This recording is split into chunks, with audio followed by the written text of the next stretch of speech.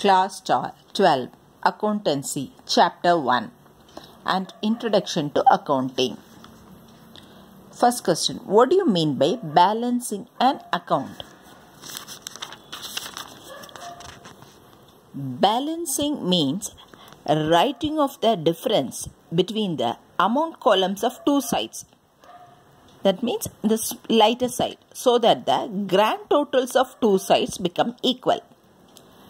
Balance is the difference between total debits and total credits of an account. When posting is done, many accounts may have entries on debit side as well as credit side. The net result of such debits and credits in an account is the balance. What do you mean by accounting cycle?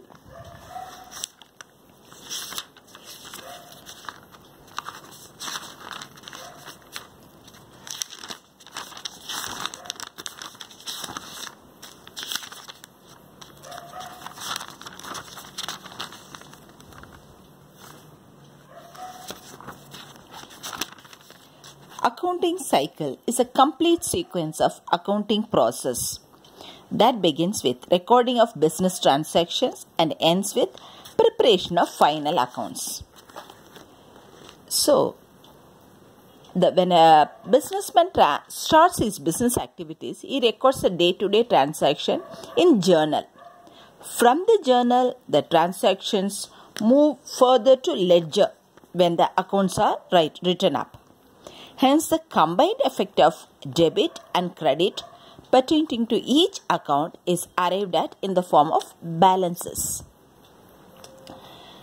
To prove the arithmetical accuracy of work done, these balances are transferred to a statement called trial balance. Preparation of profit and trading and profit and loss account is the next step. The balance of profit and loss account gives the net result of the business transaction. To know the financial position of the business concern, balance sheet is prepared at the end. These transactions, which have completed the current accounting year, once again come to the starting point. So, we are just going through once again. It starts with transactions to journal, then to ledger, then to trial balance, and then to trading account, and then to profit and loss account, and then the balance sheet closing. This is 1 year's accounting cycle, and next year again it opens with balance sheet opening and transactions. Explain the double entry system of bookkeeping. There are numerous transactions in a business concern. Each transaction, when closely analyzed, reveals two aspects.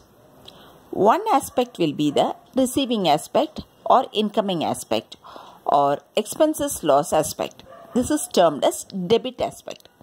The other aspect will be giving aspect or outgoing aspect. This is termed as credit aspect. These two aspects, namely debit aspect and credit aspect, form the basis of double entry system. The double entry system is so named since it records both the aspects of a transaction. In short, the basic principle of this system is for every debit there must be a corresponding credit of equal amount, and for every credit there must be a corresponding debit of equal amount.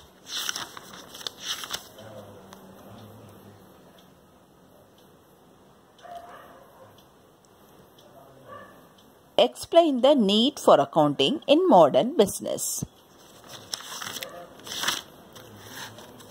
The main aim of carrying on business is to make profit. At every stage, the businessman is interested in knowing the progress of his business. Business transactions are so many, so it is not possible to recall his memory as how the money had been earned or spent. At the same time, here, if he had not noted down the transactions, he can readily get the required information.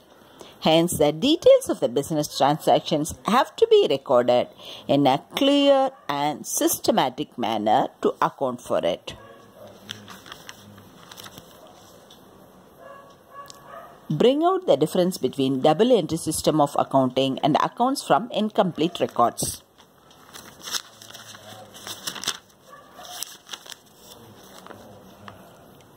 So this is of 9 points. We can make a column, tabular column.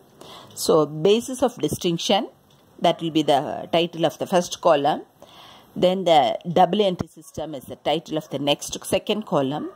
Third is accounts from incomplete records. So first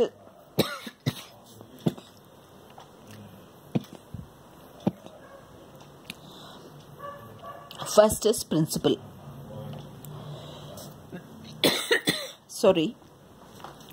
For every debit, there is a corresponding credit and vice versa. This is for the double entry system. And accounts from incomplete records, debit and credits do not agree.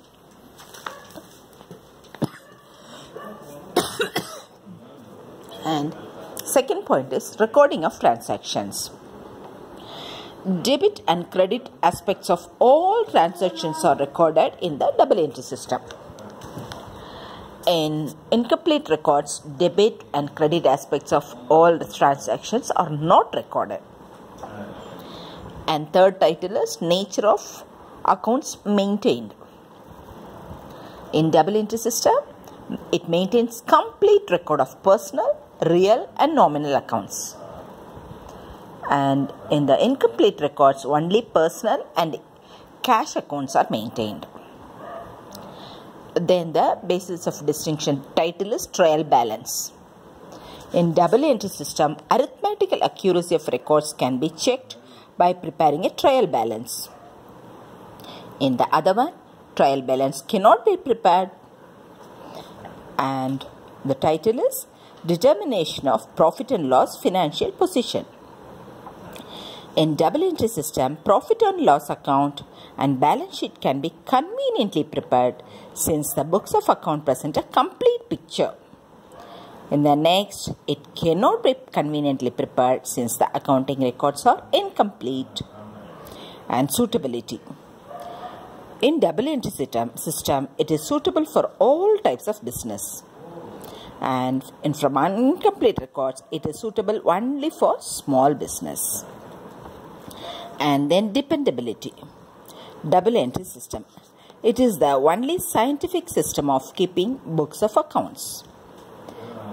Then it is suitable only for small business.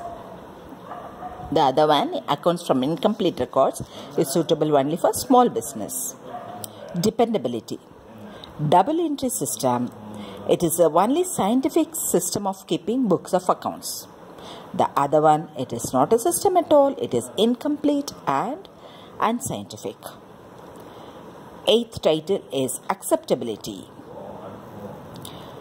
In double entry system, records are acceptable for the purpose of tax, loans, etc. For incomplete records, records are not acceptable for the purpose of tax claims, loans, etc. And 9. The basis of distinction, the last title is internal check. In double entry system, internal check is possible. The next one, it is internal check is not possible at all. So that is how we complete the first chapter. Done.